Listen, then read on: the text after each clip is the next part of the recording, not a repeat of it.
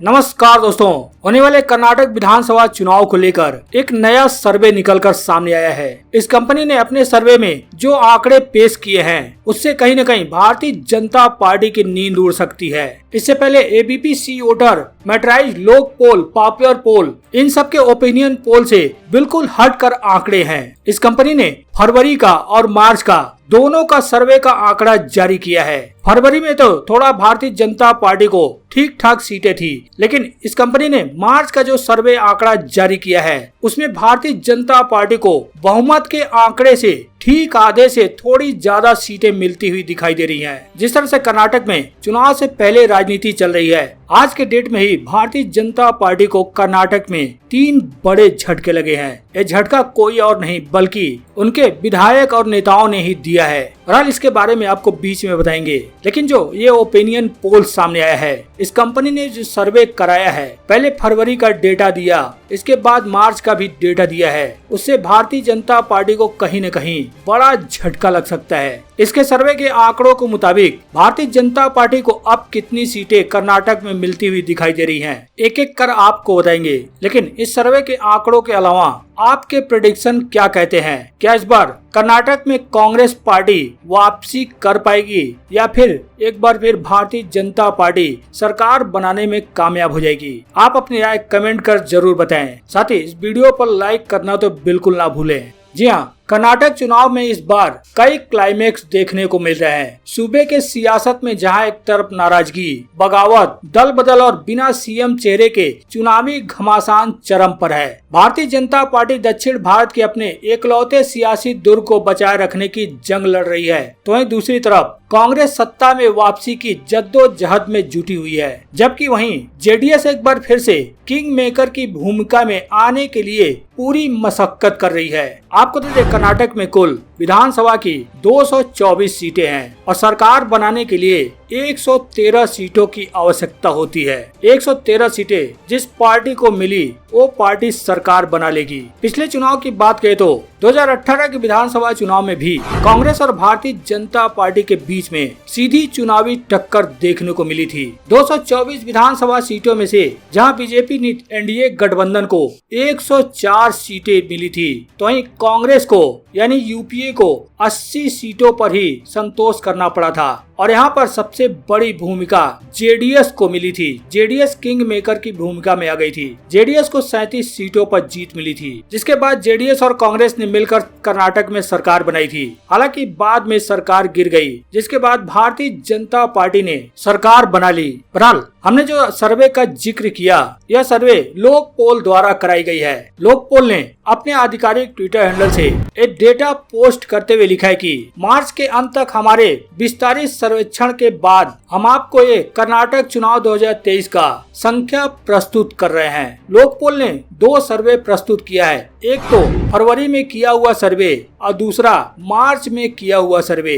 लोक पोल के सर्वे के मुताबिक जो मार्च का सर्वे है उसमें भारतीय जनता पार्टी को बड़ा नुकसान होता हुआ दिखाई दे रहा है। लोक पोल के मुताबिक 224 विधानसभा सीटों में से भारतीय जनता पार्टी को 66 से 69 सीटें मिलने की संभावना जताई गई है। वहीं कांग्रेस को 224 सीटों में से 128 से 131 के बीच में सीट मिलने की संभावना व्यक्त की गई है। यानी कांग्रेस पार्टी को बहुमत से जो कर्नाटक में सरकार बनाने के लिए बहुमत का आंकड़ा जो है 113 सीटों का है, उससे कहीं ज्यादा सीटें कांग्रेस को मिलती हुई दिखाई दे रही है। यानी कि बहुमत के आंकड़े से 15 से 18 ज्यादा सीटें मिलने की बात लोक पोल अपने इस सर्वे में बता रहा है। वहीं जेडीएस को 21 से 25 सीटें मिल सकती हैं और अन्य के खाते में 0 से 2 सीट जा सकती हैं। कितने वोट शेयर मिल सकते हैं, लोक पोल ने अपने सर्वे में ये भी बताया है। पहले मार्च के वोट शेयर की बात करें तो भारतीय जनता पार्टी को 30 से 33% वोट शेयर मिल सकता है। वहीं कांग्रेस पार्टी को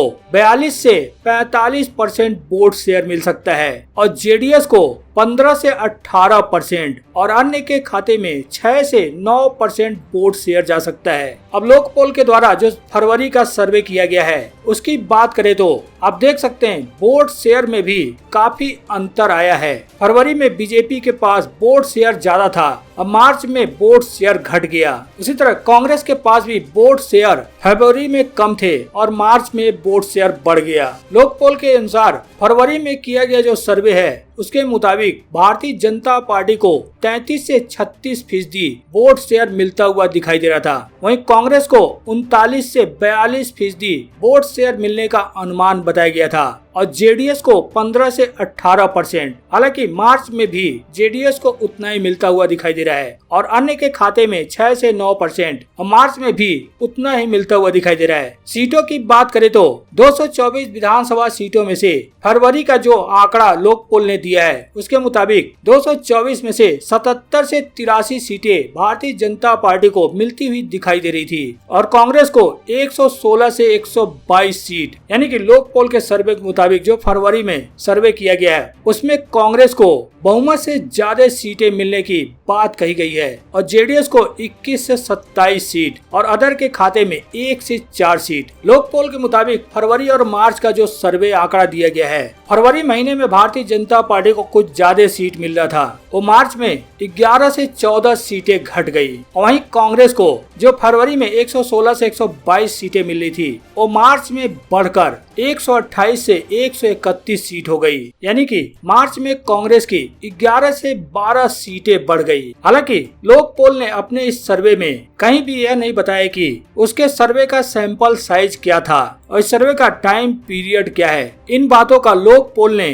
कहीं जिक्र नहीं किया है। बहरहाल ये सर्वे कितना सही है और कितना गलत ये तो आने वाला 13 तारीख ही बताएगा जब कर्नाटक चुनाव के नतीजे सामने आएंगे। हालांकि कांग्रेस पार्टी भी दावा कर रही है कि इस बार बहुमत से ज्यादा सीटें कांग्रेस को मिल रही हैं। कांग्रेस मान रही है कि जिस तरह से वो पब्लिक के मुद्दे कर्नाटक में उठा रही है उनको देखते हुए इस बार वो सरकार में वापसी करेगी। पिछले दिनों राहुल गांधी कर्नाटक पहुंचे हुए थे जहां पर उन्होंने 4 बड़ी घोषणाएं भी की थी, जिसमें राहुल गांधी ने चुनावी वादा करते हुए पहली घोषणा की थी कि हम ग्रेजुएट युवाओं को हर महीने 3,000 रुपए देंगे और हर महीने महिलाओं को 2,000 रुपए देंगे और कर्नाटक की जनता को 200 यूनिट मुफ्त बिजली देंगे और कर्नाटक के हर परिवार गरीब परिवारों को 10 किलो चावल मुफ्त में देंगे। राहुल गांधी ने प्रॉपर अपने आधिकारिक ट्विटर हैंडल से ट्वीट करते भी इसकी जानकारी दी थी। इसकी जानकारी देने के साथ ही लिखा था कि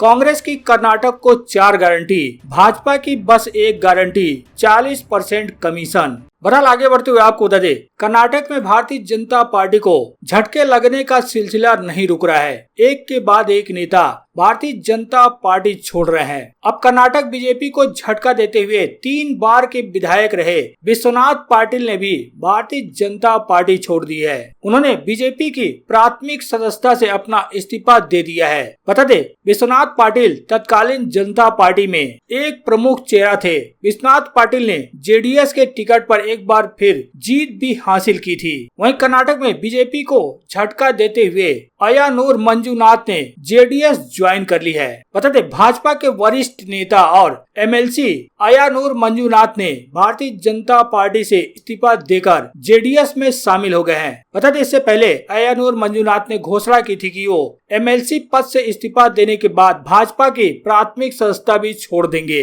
कर्नाटक भाजपा के वरिष्ठ नेता और एमएलसी अय्यानूर मंजूनाथ आज ही पूर्व मुख्यमंत्री एचडी कुमार स्वामी की मौजूदगी में जेडीएस में शामिल हुए हैं। हालांकि टिकट नहीं मिलने की वजह से इस्तीफे का सिलसिला रुक नहीं रहा है। एक और कर्नाटक के बीजेपी नेता ने टिकट नहीं मिलने की वजह से युवा विंग के नेता ने इस्तीफा दे दिया है। बता दें, पूर्व पंचायत सदस्य और बीजेपी के कलबुर्गी जिला युवा मोर्चा के महासचिव अरविंद चौहान ने चितपुर विधानसभा से टिकट न मिलने पर भारतीय जनता पार्टी से इस्तीफा दे दिया है। बता दें, भारतीय जनता पार्टी उम्मीदवारों की इन सूचियों की घोषणा के बाद कई पार्टी नेता लिस्ट में नाम न होने से इस्तीफा दे चुके हैं, जिसमें कर्नाटक के पूर्व सीएम मुख्यमंत्री जगदीश शेट्टार और पूर्व उप मुख्यमंत्री लक्ष्मण सावदी भी शामिल हैं। ये दोनों नेता ही कांग्रेस पार्टी में शामिल हो चुके हैं। इनमें से कर्नाटक के पूर्व सीएम रहे मुख्यमंत्री जगदीश शेट्टार को कांग्रेस ने टिकट भी दे दिया है। हालांकि ये दोनों नेता ही